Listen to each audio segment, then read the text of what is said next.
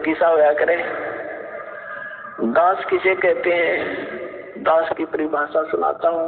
एक बार अब्राहिम सुल्तान अदम जो राजा था, उसने घर त्याग दिया था, परमात्मा की कृपा से घर त्याग दिया था और वो किसी चला गया, एक आश्रम में रुक गया।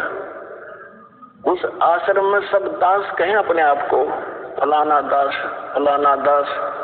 अब थोड़ी बात पर एक दूसरे का न्यास काट लड़ने लगे, तू क्या बन रहा है।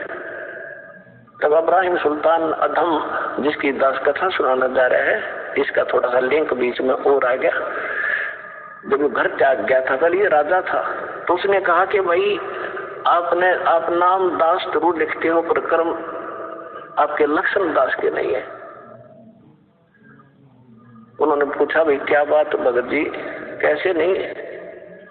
उन्हें पता था कि राजा था और ऐसे राज त्याग करा है। तो उसने कहा कि जब मैं राजा था हम गुलाम लाते थे, गुलाम दास।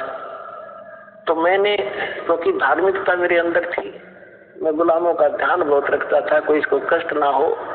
तो मैंने उससे पूछा कि भी गुलाम आदमी पहले मनुष्यों को मोल लिया करते, गुलाम जैसे आजकल पशुओं को लाते हैं।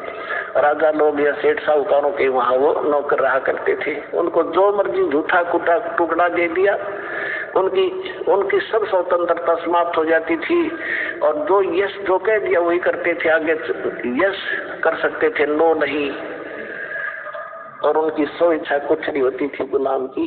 तो अब्राहिम सुल्तान ने कहा कि मैंने उससे पूछा कि ए गुलाम तेरा क्या नाम है। उसने कहा कि दास को जिस नाम से पुकारे हुए गुलाम का वही नाम होगा, हमारा कोई नाम नहीं होता, कोई बुंडा सुंडा गुंडा कुछ भी कहना हाजिर खड़ा पाऊंगा। आपको कौन सा भोजन रुचिकार है। कहने लगा दास की कोई इच्छा नहीं होती, जो झूठा कुठा दोगे हम उसी में संतुष्ट होते हैं। तो पुण्यात्मा कहने का भाव ये है कि वो दास और अपने मालिक के सामने जो आज्ञा होते ही सब कुछ लिए खड़ा रहता है, उसको दास कहते हैं। तो कबीर साहब कहते हैं कि जो जन मेरी शरण है और ताका हूं मैं दास, और गेल गेल ला गया फिर